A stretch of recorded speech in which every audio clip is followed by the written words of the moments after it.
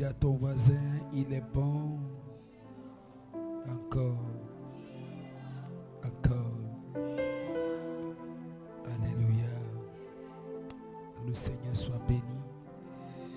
Tenons-nous sur nos pieds polis. Nous sommes au dernier service. Nous sommes très brefs. Vraiment très bref, très bref, très bref. Et nous allons toucher l'influence de l'argent sur le caractère.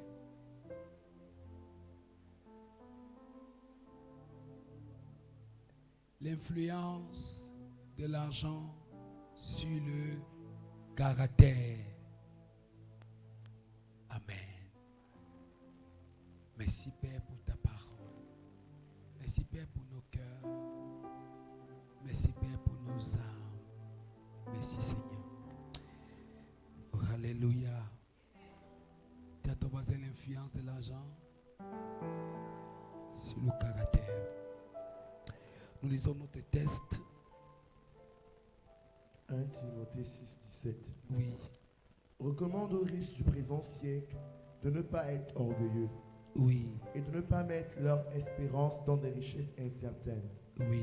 Mais de la mettre en Dieu, qui nous donne avec abondance toutes choses pour que nous en jouissions. Amen. Ça, c'est le texte de départ. Maintenant, le texte qui anime notre troisième service, 2 Chroniques 26, le verset 16. 2 Chroniques 26, 16.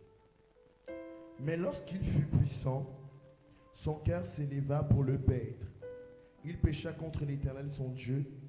Il entra dans le temple de l'Éternel pour brûler des parfums sur l'autel des parfums. Amen. Amen. Waouh. Il entra dans la maison de l'Éternel pour brûler les parfums sur l'autel des parfums. Que Dieu bénisse sa parole. Au nom de Jésus. Amen. Allons vite. L'influence de l'argent sur le caractère. Je ne reviendrai plus sur ce que j'ai expliqué depuis le début. Au premier service, nous avons parlé du caractère, de l'argent et le caractère. Nous avons parlé au deuxième service de l'intégrité, du caractère de l'intégrité.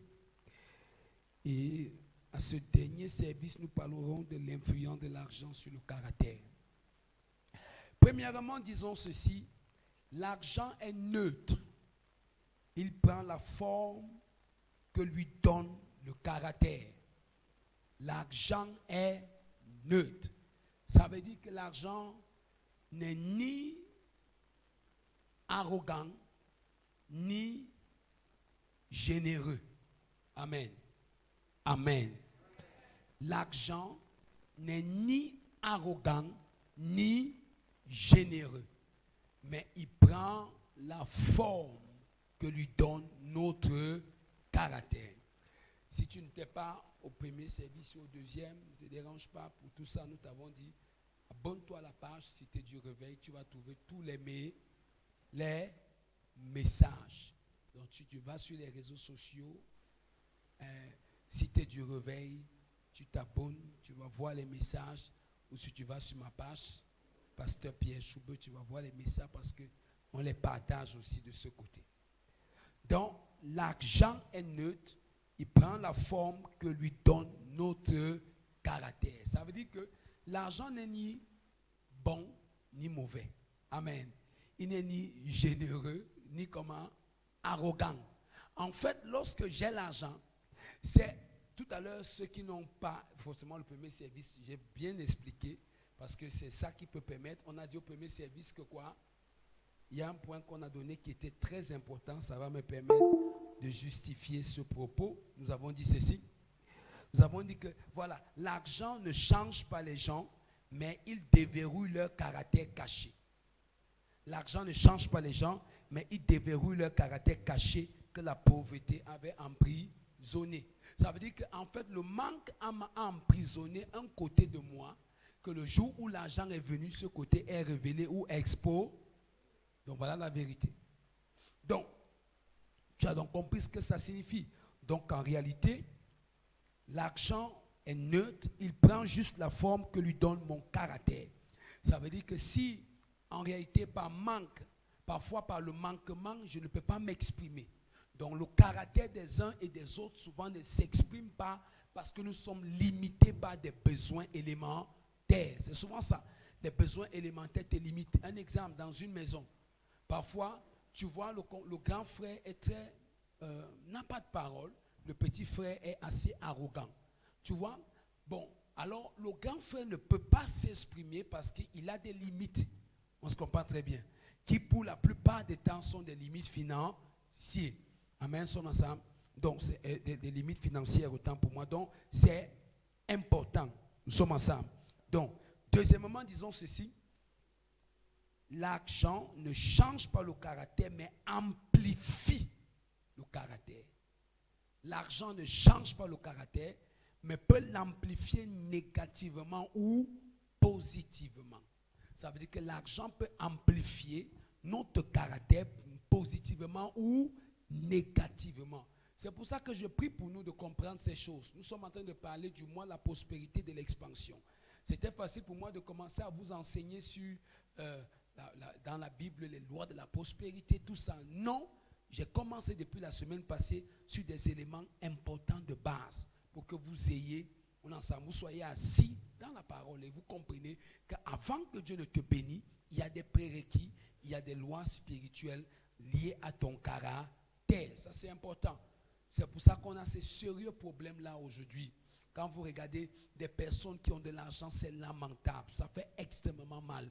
Et on veut attribuer à l'argent un problème alors que ce n'est pas en réalité là. L'argent n'est en réalité pas le problème. Amen, amen. Ça passe. Donc, nous disons ceci. L'argent amplifie comment? Négativement ou positivement. Il amplifie négativement ou positivement. Tout le problème que vit notre société, ce n'est pas l'argent, mais c'est le caractère des hommes face à l'argent. C'est le caractère des hommes. Tout à l'heure, nous avons dit comment tu peux expliquer que cette femme était une femme soumise. On est ensemble. Quand elle n'avait pas les possibilités, quand elle n'avait pas les avantages. Mais une fois que l'argent vient dans ses mains, elle a les possibilités, on est ensemble. Tu es étonné de son comportement ou à côté l'homme, par exemple. Il n'était rien, mais une fois qu'il a l'argent, il change. Ce n'est pas lui le problème. Amen. Dis à ton voisin, ce n'est pas lui le problème. Ce n'est pas l'argent le problème autant pour moi. Ce n'est pas là. C'est quoi le problème? C'est quoi le problème? Le caractère de la personne. C'est pour ça que je prie que Dieu te donne de l'argent, te donne un caractère, un bon caractère avant de te donner de l'argent. Ça, c'est ma plus grande prière. Qu'il fasse quoi? Il te donne un bon caractère avant de te donner de l'argent. Oh non, mais là, il t'a fait du bien. Amen. Que ton caractère, permettez-moi de revenir. Il vaut mieux que ton caractère soit travaillé avant que l'argent ne vienne. Parce que nous avons dit au premier service qu'il y a 3 types de personnes, amen, que l'argent ne doit pas rencontrer. Une personne non préparée, on est ensemble, auparavant. Quand une personne n'est pas préparée, on est ensemble, et que l'argent le trouve, elle est dangereuse. Secondairement, on a dit une personne comment? Mal entouré, on est ensemble, c'est-à-dire il a des amis qui ne l'entraînent que dans des choses négatives. Imaginez ça. Troisièmement, on est une personne ignorante. Elle n'a pas appris les lois, on est ensemble, de la gestion financière, les principes, on est ensemble, c'est dangereux. Donc, tu comprends par là que l'argent amplifie négativement comme il peut amplifier positivement le caractère. Ma prière, c'est que l'argent te fasse du bien et non pas des torts. Si tu avais moi, dis un amen à ça. Oh, ton amen ne me plaît pas. Et Dieu t'en donnera en abondance. Donne-moi un amen qui a le tonnerre. Et il y a les amens là que toi-même tu sens que le Saint-Esprit est derrière. Donne-moi un bon amen au nom de Jésus. Ça, c'est important. Je prie pour vous que Dieu vous bénisse. Ça, c'est l'une de mes plus grandes prières. Parce qu'il n'y a aucun pasteur qui veut un peuple qui n'est pas béni. Parce que plus vous êtes béni, plus l'Église peut aisément avancer dans ses projets. Donc, aucun pasteur, ce n'est pas parce que je prêche des messages parfois qui semblent être durs, stricts. Ah, mais non, suivez-moi très bien. Oui, je sais ça. Mais ça ne veut dire pas que je ne veux pas que l'écriture, quand il faut prier pour la bénédiction, je prie avec la rage. Je jeûne, je fais mon boulot. Mais je veux à côté vous préparer. Quand on est des personnes, tu es multimilliardaire, on a ça, mais tu peux continuer à nettoyer les toilettes de l'église.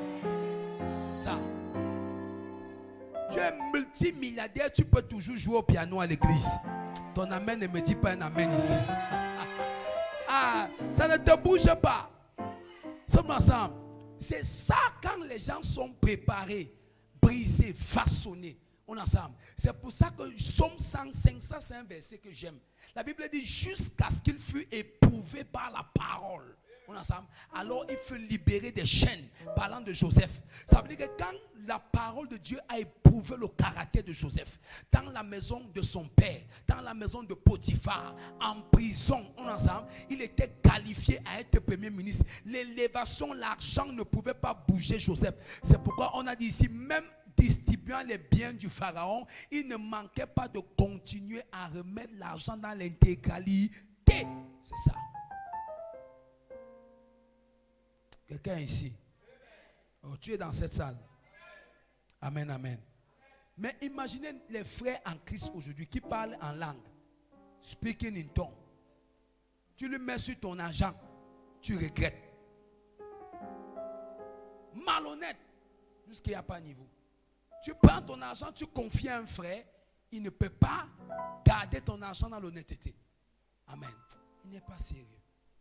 C'est parce que je crois que l'Église ne veut pas enseigner ce que nous sommes en train d'enseigner. Vous voyez, on se concentre uniquement sur la prospérité que les gens doivent recevoir. Et à côté de cette prospérité, il y a beaucoup de gaffes. Mais personne ici n'en sera victime au nom de Jésus. Oh, donne-moi un amen qui a Jésus.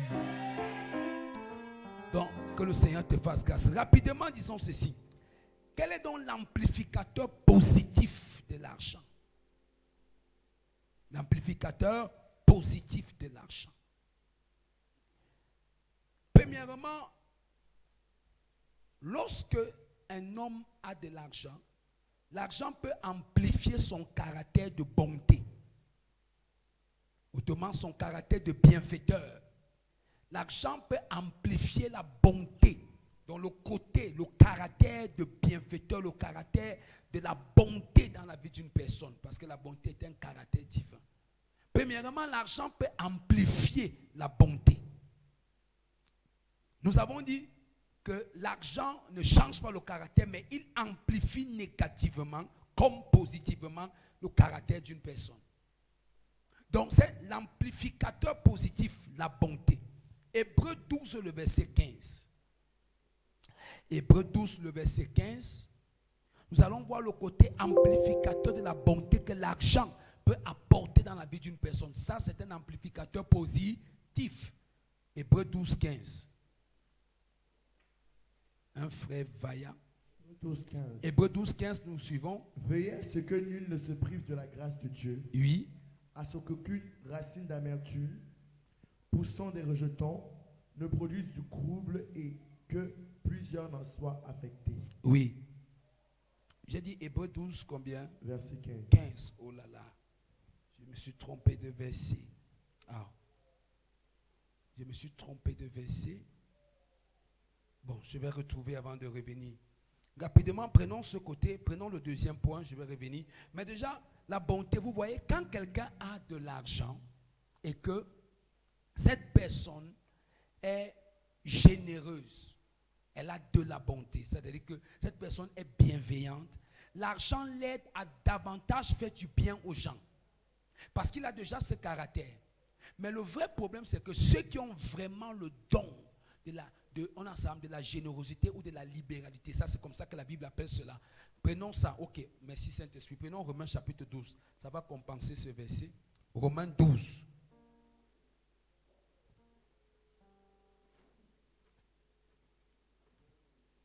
Oui, lis à partir du verset, là où la Bible parle des différents, oui, lis à partir du verset 7. Verset 7. Que celui qui est appelé au ministère s'attache à son ministère, que celui qui enseigne s'attache à son enseignement. Oui. Que celui qui exhorte à l'exaltation, que celui qui donne le fasse avec libéralité. Voilà. Donc, c'est celui qui donne le face avec libéralité. Le verset de Romains 12, il ne parle pas forcément de tout le monde. Non. Ça veut dire qu'il y a des personnes dans l'église qui ont un don de libéralité. Ça veut dire qu'il a l'art de donner. Ce n'est pas tout le monde qui a cet art-là. Ça veut dire que lui, il est capable de porter un fardeau et de se priver d'un besoin. Qui me comprend très bien. Celui qui a le don de libéralité a cette capacité de se priver, de porter un fardeau en se privant d'un besoin majeur de sa vie. Par exemple, c'est ça des personnes que tu n'as pas besoin. Il sent un besoin parfois autour de lui dans l'œuvre de Dieu. Il préfère se priver, pour satisfaire le fardeau, pour satisfaire la nécessité. Donc ça, c'est le don de libéralité.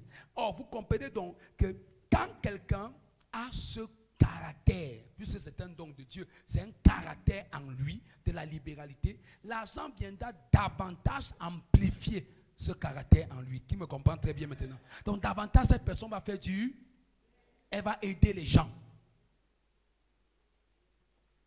Deuxièmement, la générosité. Un homme généreux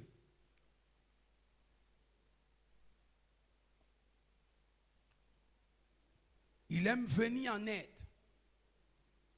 La générosité. C'est un caractère. Donc, quand l'argent vient dans la vie de cette personne, elle amplifie ce côté, ce caractère de généreux. Proverbe 11, 25.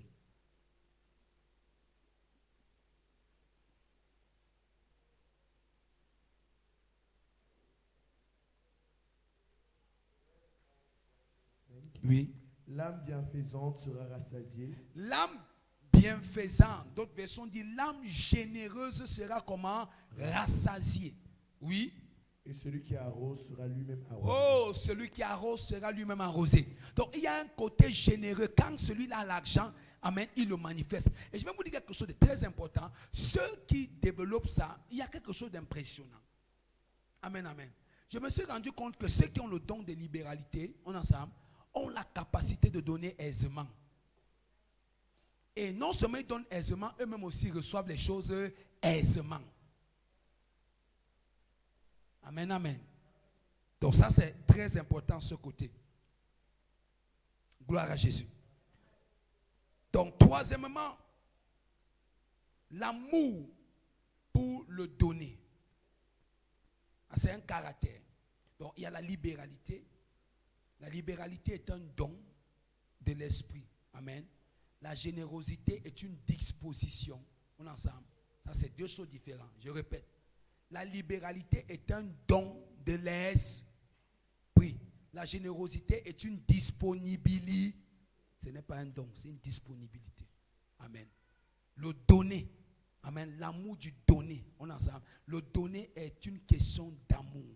Lorsqu'on est touché, on donne. Actes chapitre 20, le verset 35. La Bible dit, il y a du bonheur à donner qu'à recevoir.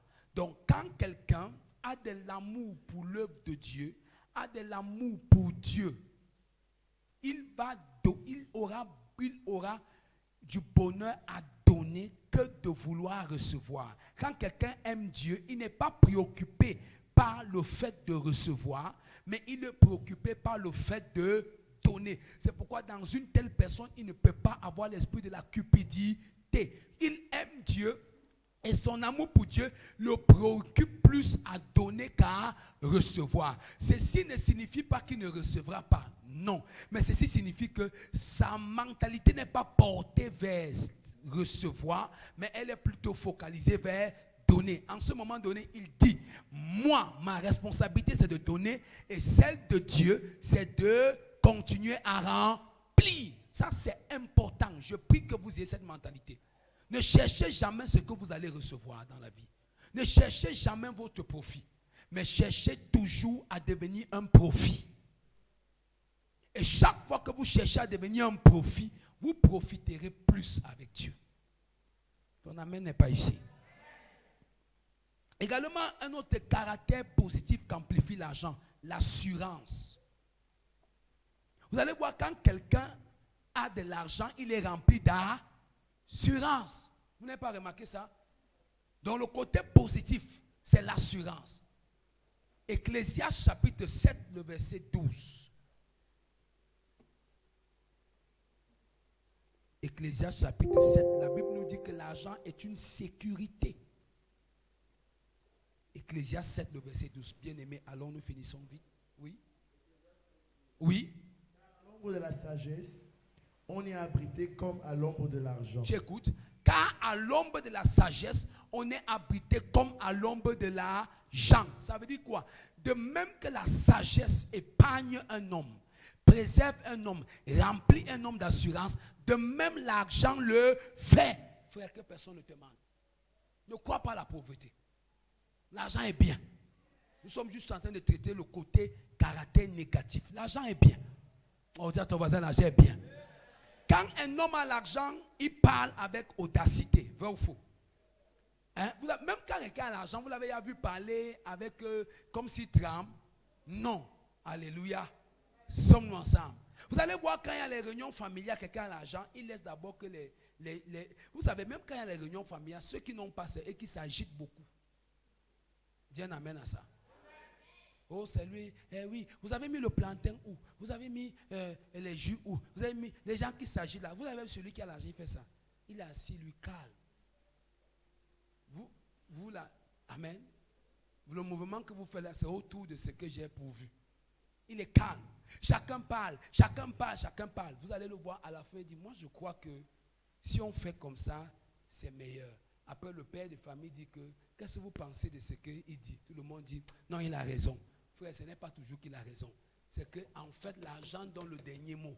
L'argent, lisez là. Vous voyez, on dit comme celui qui est sage peut dire quelque chose. Donc, à l'ombre de la sagesse, on est aussi comme à l'ombre de l'argent. La Bible, celui qui a parlé, ce n'est pas un pauvre. C'est le plus riche planétaire. Salomon, on est ensemble. Salomon, est-ce que je parle à quelqu'un? C'est Salomon qui a dit, donc il sait ce qu'il te dit. Il te dit que frère, c'est bon d'avoir la sagesse, mais c'est aussi bon d'avoir l'argent. Pourquoi? Parce que si on peut honorer un homme qui a l'argent, on honorera aussi un homme qui a la sagesse. Je prie que Dieu te donne l'argent au nom de Jésus. Ton amen s'il m'énerve. J'ai l'impression qu'il faut changer le troisième. Amen. Ça ne me plaît pas. Alléluia. Je dis que ta façon de parler là. Je prie que Dieu te donne une voix. L'argent donne la voix. L'argent donne l'assurance. Voilà le caractère positif. Quand tu as l'assurance. Quand tu as, tu es couvert. Quand tu as, tu es protégé. C'est ce que la Bible dit. Nous sommes ensemble. Je ouvre vos poches. Je mets de l'argent en abondance. Je prophétise dans vos comptes l'approvisionnement financier au nom de Jésus. Que le Seigneur expande tes limites financières. Qu'il étende tes possibilités financières. Dans le nom puissant de Jésus. Voilà ce que fait l'argent. Amen, amen. C'est important. Maintenant, parlons de l'amplificateur négatif. Je vais m'arrêter à ces quelques points parce que je veux qu'on finisse vite. Premièrement, le favoritisme. Voilà un amplificateur négatif. L'argent amplifie un caractère de favoritisme. Et ce n'est pas bien. Proverbe 14, 20. Vous allez voir, partout où il y a l'argent, il y a un caractère de favoritisme. Dans une famille, 2 enfants, l'un a l'argent, l'autre n'en a pas. Vous allez voir que l'argent va choisir favoriser. On est ensemble. Le caractère du père va choisir favoriser celui qui a l'argent que celui qui n'en a pas. Favoritisme. C'est rempli partout. Et ce n'est pas une bonne chose. Ne faites jamais ça. Vous tuez vos enfants. Même dans l'église, le pasteur ne doit pas faire ça. La parole de Dieu. C'est dangereux. Favoritisme. Tu as 2 enfants, tu es parent, tu m'écoutes. En ensemble. Aime les 2 enfants. Même si celui qui n'a pas est celui qui fait beaucoup de bien à la famille. Mais, gloire à Dieu. Aime-le et aime aussi l'autre, même s'il n'a pas. Aime-le au même niveau. Ce sont tes enfants. Le pauvre est odieux même à son ami. Vraiment. Oh, la pauvreté n'est pas bien. Le pauvre est odieux. Donc, il fait honte même à son ami. Même à son ami. Frère, je vais arriver dessus, on est sur ça. Je vais parler de la pauvreté. Tu vas voir que ce n'est pas bien. Je te dis. Amen. Sommes ensemble. Ce qui m'avait révolutionné, c'était le passage ici. J'avais prêché un message comme ça. Les erreurs à éviter. Première erreur, la pauvreté. Si tu veux être prospère. Tu vois, le pauvre est odieux, même à son ami. Ça dit que tu sais ce que ça signifie. Tu as un ami, tu l'appelles, tu lui dis que tu es à la maison. Il sait que chaque fois que tu viens vers lui, tu lui demandes. Après, il te dit, non, je ne suis même pas soucié, je suis là, on est ensemble. Non, je suis en train de partir. Amen. Ce n'est pas ça. La vérité, c'est que chaque fois que tu le déranges, ne riez pas. La Bible a tout. La Bible dit la vérité. En fait, donc pour toi là, tu es odieux. Ça dit que tu l'énerves. Tu l'énerves pas qu'il te dit, mais ta présence ne le plaît pas. Parce que ta présence va toujours prendre quelque chose de lui. Donc ta présence va laisser une absence autour de lui. Donc ta présence n'ajoute rien, mais ça diminue. Il y a des amis comme ça. Et si tu as un ami comme ça, que sa présence diminue toujours quelque chose dans ta vie, tu seras obligé de faire comme la Bible dit. Ce n'est pas moi. Gloire à Jésus. Il y a des gens pareils. Leur présence est un problème à cause de la pauvreté. Poverty is a curse. Je n'ai pas dit que celui qui est pauvre est maudit, non. Mais la pauvreté est une malédiction. Ça veut dire qu'elle attire autour de toi des choses dont tu n'en as pas besoin. Et la pauvreté attire même autour de toi des personnes qui ne te sont pas forcément nécessaires, mais qui te sont... Que j'avance. Dieu nous pardonne. Il dit, mais les amis du riche sont nombreux. Tu écoutes le favoritisme. Les amis du riche sont nombreux. C'est la Bible qui dit. Frère, c'est vrai. Quand tu as beaucoup d'amis. Et les gens aiment chanter ça. Quand je n'avais rien, ils n'étaient pas là. Tu crois qu'ils devaient venir faire quoi? Amen. Rions un peu pour que ça nous aide à comprendre ce que la Bible nous dit. Tu croyais qu'ils devaient venir faire quoi? Ils ne viendraient pas. Donc vous comprenez qu'il y a un caractère dangereux autour de l'argent, le favoritisme. Alléluia. C'est la vérité. C'est pour ça, vous arrivez deux quelque part, on est ensemble. Tu entends dire souvent, tu es fils de qui? Alléluia. Je sors de la famille, peut-être telle famille. On sait que c'est l'une des familles puissantes de Yaoundé. On va te favoriser. Parce que la famille là, c'est une famille puissante. Elle a l'argent. Non, moi vraiment, je suis quelqu'un qui vient depuis l'Est. Mon père, c'est un planteur. Mais mon père a toute sa confiance en moi. Ça ne dit rien à personne. Voilà le danger de l'argent, le favori. Je prie pour nous, n'ayons pas un esprit de favoritisme. Alléluia. Ça, la Bible ici ne nous dit pas que c'est ce qu'on est censé faire. Mais la Bible nous dit, voilà le caractère négatif derrière l'argent. Et chrétiens, ne faisons pas ça. Pourquoi? Parce que si c'est Dieu qui élève, celui qui paraît pauvre aujourd'hui, peut être riche demain. Par conséquent, sort de l'esprit de favoritisme. Deuxièmement, le divertissement.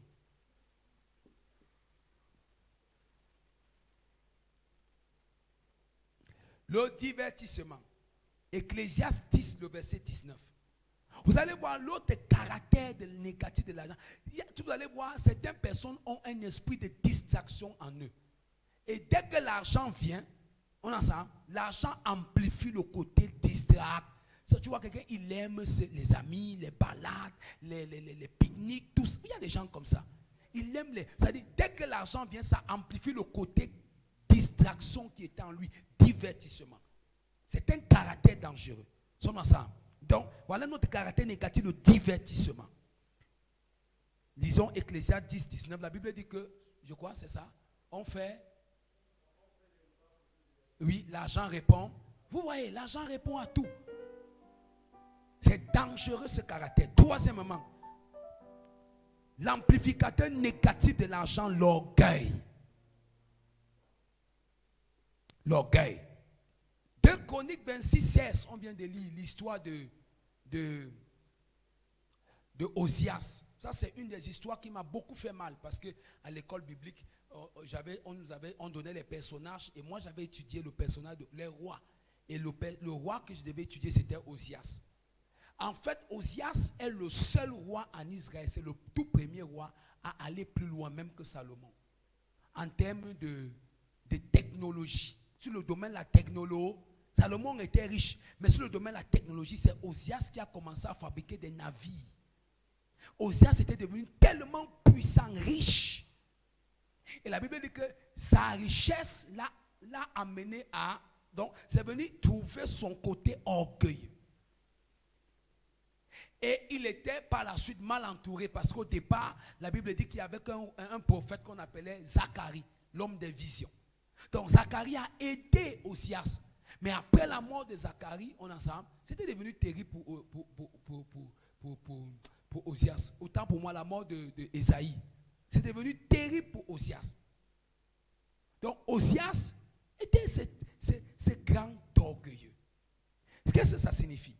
Lorsque tu as un côté orgueilleux en toi, ce côté n'est pas très visible. Un orgueilleux n'est pas très visible quand il n'a pas l'argent. On est ensemble. Et il est plus visible, l'argent vient amplifier ce caractère. C'est-à-dire que quand l'argent vient, il se croit supérieur. Voilà le premier danger que manifeste l'orgueilleux quand l'argent est là. Il se croit supérieur aux autres. On a un caractère d'arriviste. On se croit arrivé. Voilà ce que l'argent fait. On a un caractère, ça manifeste un esprit d'arrivisme autant pour moi. On croit qu'on est arrivé. C'est ça l'orgueilleux. Il pense être arrivé. Parfois dans le rien du tout. C'est pour ça que je vous prie d'être humble. Deuxièmement, on se croit supérieur aux autres. Non seulement on se croit arriviste, mais on se croit supérieur aux autres. Voilà ce que l'argent fait. Tu vois quelqu'un, il est là, il a à peine, il commence à toucher un peu d'argent. Je vais te dire la vérité. Souvent, ce que nous croyons avoir, nous ne croyons l'avoir qu'en fonction des responsabilités que nous avons. Certaines personnes ont l'argent plus que toi, mais seulement les responsabilités qu'ils ont, semblent ne pas donner l'impression qu'ils ont de l'argent. C'est pour ça qu'il ne faut jamais se croire arrivé. Alléluia. Quitter l'esprit d'arrivisme. C'est ça l'orgueil. Secondairement, j'ai dit, on se croit supérieur aux autres. On pense que le fait qu'on est au-dessus des autres.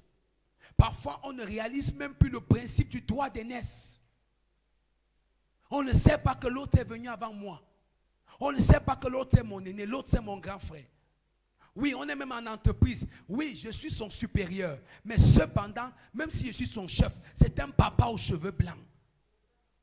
Parce que tu es une jeune fille, par exemple, qui a eu un doctorat, je ne sais pas, management, et tu es directeur, je ne sais pas de quoi, de recrutement. Et il y a un papa qui est chauffeur en entreprise. Tu lui parles comme ton ami parce que ton salaire est costaud. Are you mad? Sommes ensemble. Tu crois qu'il a payé pour être là où il est là? Et tu vois, parfois, c'est un papa qui est un père d'enfants à la maison. Il a des enfants même que toi qui es son supérieur, il t'accouche, qui ont ton âge. Tu lui parles comme ton ami. Regardez ce que l'argent fait. L'argent et la position est dangereux. Alléluia. J'ai connu un frère comme ça. Il était zélé à l'église tout le temps. Et le frère là a perdu le travail au moins 4 fois avec moi. Et il a eu. Chaque fois qu'il a le travail, le pasteur ne peut plus lui parler. Quand il n'a pas le travail, dès que tu appelles, oui pasteur, il court déjà. Dès qu'il a le travail, c'est autre chose. Je le connaissais très bien. Plusieurs fois. Un jour, un autre pasteur m'a dit, c'est mieux que le frère là n'ait pas le travail. Parce que c'est mieux, il sait mieux Dieu quand il n'a pas le travail que quand il a le travail. Et c'était vrai. Alléluia. Nous sommes ensemble. Quand tu commences à prétendre que la femme que tu as ne te mérite plus, le mari que tu as ne te mérite plus parce que tu as l'argent, c'est dangereux. Tu te crois supérieur. Hier, c'était ton mari. Amen. C'était le chef. Aujourd'hui, c'est le cas contraire. Voilà ce que l'argent produit dans le cœur des orgueilleux. Une autre réalité, on se croit tout permis. Amen. Vous voyez comment l'orgueil, on se croit tout permis. Voilà ce que l'argent fait. On se croit tout permis. Tu penses que tu peux faire comme tu veux, tu penses que tu peux agir comme tu veux, et personne n'a le droit de te dire que ce que tu fais n'est pas bien. Tu entends souvent des gens dire, j'aime mon argent, je fais ce que je... Achète ton cercueil, tu mets le feu sur ça, tu ne meurs plus. Amen. Achète une fois le souffle de vie, tu restes éternellement. Que Dieu nous aide, alléluia, et qu'il nous fasse grâce. Amen, amen. C'est dangereux cela. Une autre réalité spirituelle, l'argent nous fait oublier, voilà dans l'orgueil, quand on devient orgueilleux, l'argent nous fait oublier notre source. C'est-à-dire l'argent nous fait oublier d'où nous sommes partis pour devenir ce que nous sommes. L'argent te fait oublier ta source. L'argent te fait oublier d'où est-ce que tu es parti pour devenir ce que tu es. Tu vois, parfois, tu oublies que hier, toi aussi, tu n'étais pas différent de la femme qui peut-être presse le maïs au bord de la route. Toi aussi, tu n'étais pas différent peut-être de ce jeune homme qui porte ton sac au marché. Toi aussi, tu n'étais pas différent peut-être de celui qui te dit mon boss quand tu passes. Hier, tu étais aussi comme lui. Amen. Si tu étais comme lui, ça veut dire que la vie ne s'arrête pas à là où il est. C'est aussi probable et possible par la grâce de Dieu qu'il devienne comme tu es devenu, parce que de toutes les manières, tout dépend du temps et des circonstances. C'est Dieu. Les enfants que nous voyons ici, parmi eux, il y a des gens qui seront très riches demain. Mais quand on les regarde, il n'y a rien de visible. Mais imagine que tu vois un enfant comme ça, tu as un mauvais regard à son endroit. Et demain, tu n'as plus de force pour chercher de l'argent. Tu es vieux et tu le rencontres. Amen. C'est pour ça que Dieu doit nous aider à sortir de l'orgueil. Amen. À tous les niveaux. Que Dieu nous fasse bien. Si tu avais moi, dis un amen à ça. Non seulement tu oublies, ensemble, d'où tu es sorti, mais ce par qui Dieu t'a fait sortir de là. Voilà un autre danger de l'orgueil. L'orgueil te fait oublier ce par qui Dieu t'a fait sortir de là. Amen, amen. Seulement ça. C'est pour ça que je vais vous dire la vérité. N'oubliez jamais les gens par qui Dieu passe pour être une source de bénédiction pour vous. Aimez-les. Continuez à leur donner de l'honneur. Continuez à leur considérer à leur juste valeur.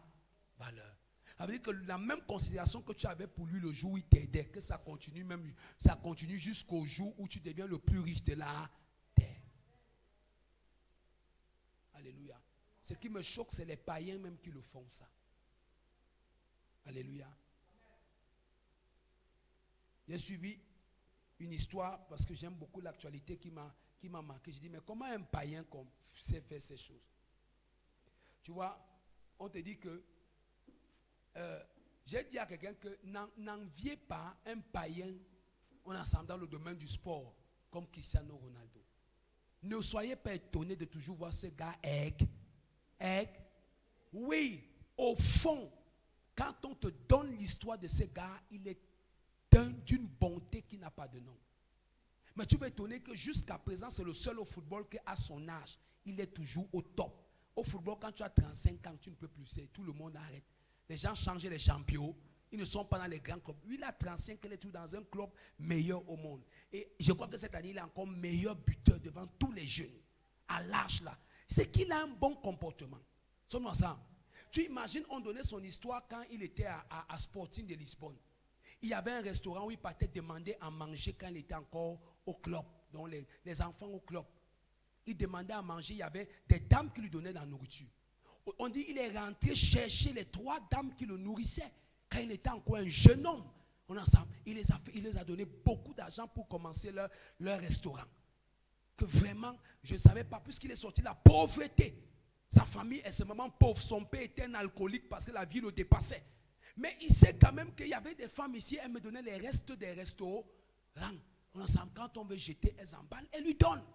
Mais regardez un païen, mais tu ne peux pas trouver ça chez les chrétiens. Et tu vas demander que, mais il fait comment pour être au top? C'est qu'il y a une loi spirituelle qu'il pratique. Il n'a pas besoin de prier en langue. Un chrétien frappe un autre, il prie la même nuit. Jusqu'à il dit, Shakaraba, Karabako, Alléluia. Merci Jésus. Tu trompes ton frère, tu pries en langue. Jusqu'à tu dis que ça n'enlève pas l'onction. Alléluia. Nous sommes ensemble. Regardez l'exemple d'un païen. On est venu dans son club, on est venu à l'époque quand ils étaient les deux brillants joueurs. On voulait un entre lui et son ami. Lui et son ami, on voulait prendre un seul joueur pour amener à Manchester. Le coach. Non, le coach plutôt, on était venu pour prendre un joueur et amener plutôt au Sporting de Lisbonne pour jouer. On est arrivé dans leur club. Son ami, on a dit celui qui va marquer le but entre lui et son ami. Alors, il a marqué, son ami a marqué. Ensuite, son ami dribble le gardien. Au lieu que son ami marque, son ami lui donne la passe. Son ami ne savait même pas ce qui se passe, ce qui était conclu. Alors on a dit, ok, on va prendre parmi les deux celui qui a marqué plus de. Alors que l'ami avait l'opportunité, sans savoir que si je mettais le deuxième but, je partais à la place de l'autre.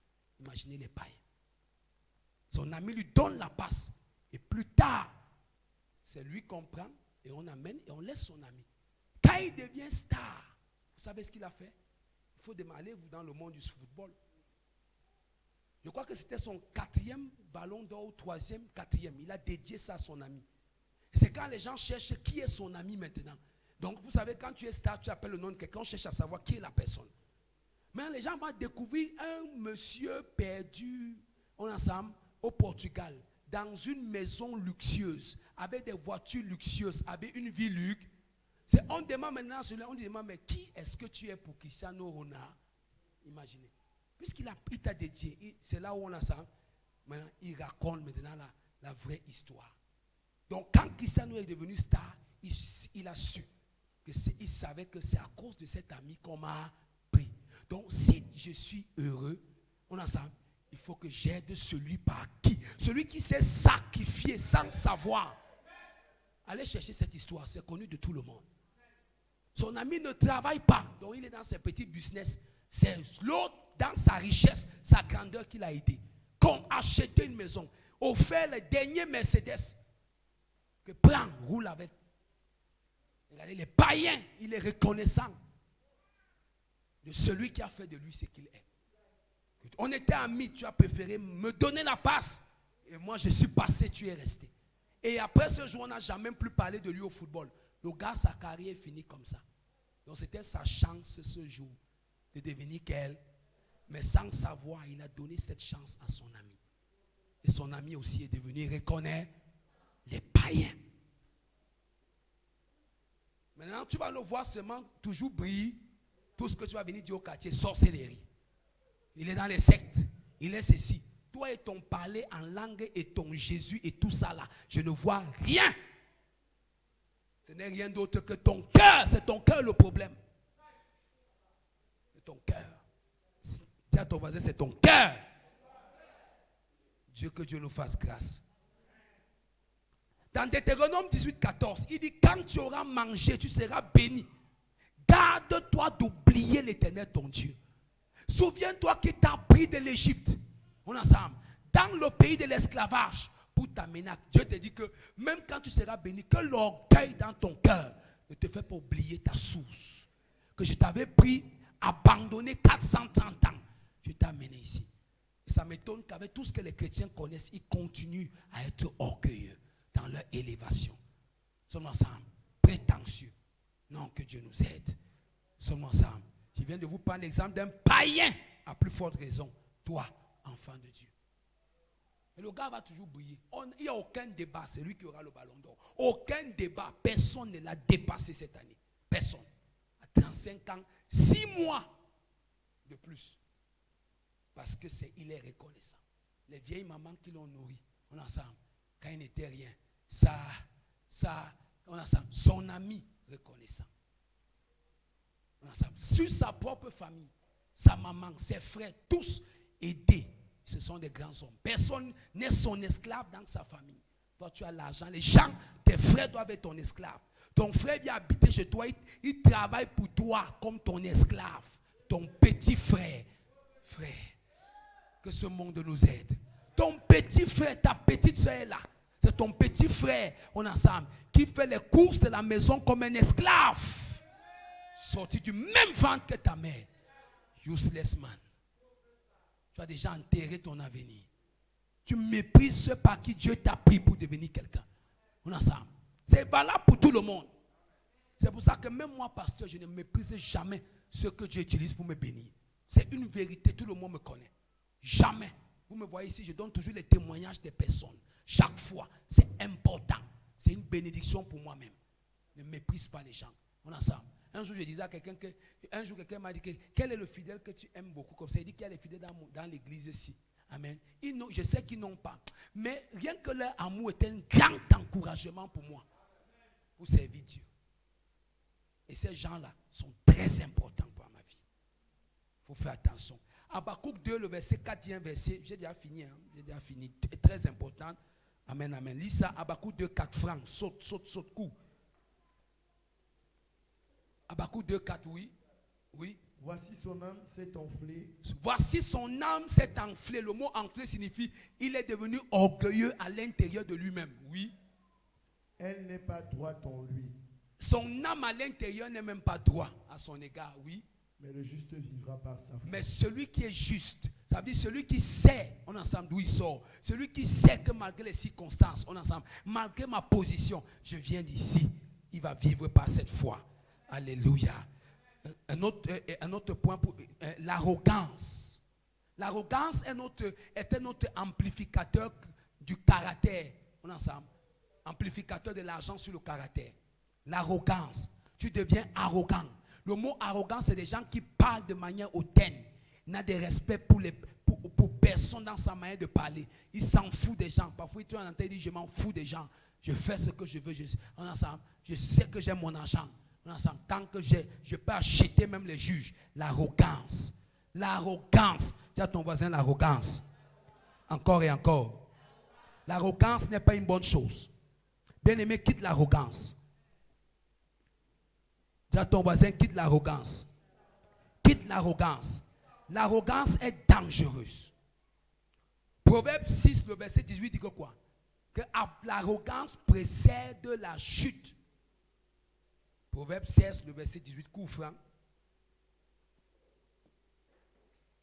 Proverbe 16, le verset 18.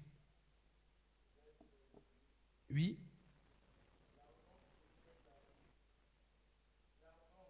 L'arrogance précède la ruine. Oui. Et l'orgueil précède la chute. L'orgueil précède la chute et l'arrogance précède la ruine. J'ai écouté. L'orgueil précède la chute, l'arrogance précède la ruine. Ça veut dire qu'en fait, il y a deux choses. Quand quelqu'un est orgueilleux, il chute. Mais quand il est arrogant, il se ruine. Parce que dans l'arrogance, en fait, l'orgueil est un caractère intérieur. On ne voit pas. On voit seulement dans tes prises de position. Alors que l'arrogance dans tes paroles, tu humilies les gens. Tu rabaisses les gens dans tes paroles. L'arrogance. La Bible dit, lui, alors, il amène la ruine. Et les gens sont arrogants. Je m'en fous de tel. Comment tu peux t'en foutre des gens qui t'ont soutenu? Je m'en fous de X, Y. Non, bien-aimé, faites attention. De la manière que vous parlez aux gens qui vous ont fait assez de bien. Alléluia. C'est important. Et vous allez voir donc que, et quand il y a ces choses-là, il y a un autre point, la soif du pouvoir. On a ça. Voilà aussi un autre caractère qui amplifie négatif l'argent. Tu as soif de vouloir maintenant marcher et devenir quelqu'un, se tenir sur les gens. La soif du pouvoir. La soif du pouvoir. C'est l'amplificateur négatif de l'argent sur le caractère. L'amplificateur est la soif du pouvoir. Quand les gens ont l'argent, ça ne le suffit plus. On a ça. Maintenant, ce qu'il veut, c'est que tout le monde lui soit assujetti. Amen. C'est dangereux. Vraiment dangereux. On est ensemble. Ça voilà un autre amplificateur. Alléluia. Donc, si vous comprenez ces choses, ça vous fera extrêmement du bien. Alléluia, alléluia, alléluia, alléluia. Sommes-nous ensemble. Sommes-nous ensemble. Évite la soif du pouvoir. Amen. Tu vas écrire seulement d'autres, la soif de la gloire, le désir de la gloire. On est ensemble. C'est pour ça que vous voyez voir, tous ceux qui ont l'argent cherchent toujours la gloire. Amen. Et là où tu vois l'argent, tu vois la gloire. Là où tu vois la gloire, tu vois le pouvoir. Là où tu vois le pouvoir, tu vois le sexe, la sexualité. Ça amplifie ça. Et si en toi, pour comme dernier point, ça amplifie la sensualité. Si en toi, il y a un peu, tu n'as pas traité le côté sexuel, permettez de vous le dire. Amen. Sommes-nous ensemble? Vous ne dites pas amen maintenant. Tu es comme ça à côté, on est ensemble. Certaines personnes ne sont pas fornicateurs parce qu'ils n'ont pas l'argent. Parce qu'il n'y a aucun moyen qui va lui permettre de facilement séduire les femmes. On saura que tu es un mari fidèle quand tu as l'argent. Ce n'est pas quand tu n'as pas, tu montres comme si tu es fidèle. Sois fidèle même quand tu as l'argent. Sois fidèle à ton mari même quand toi, tu as l'argent et qu'il n'a plus d'argent. Quand il n'est plus en même de t'assurer que toi, tu peux t'assurer, tu es fidèle. Parce que l'argent, notre démon, ça te dit, va vers un autre qui va ajouter. Hey, que Dieu nous aide. Lève-toi sur tes pieds, que Dieu t'aide.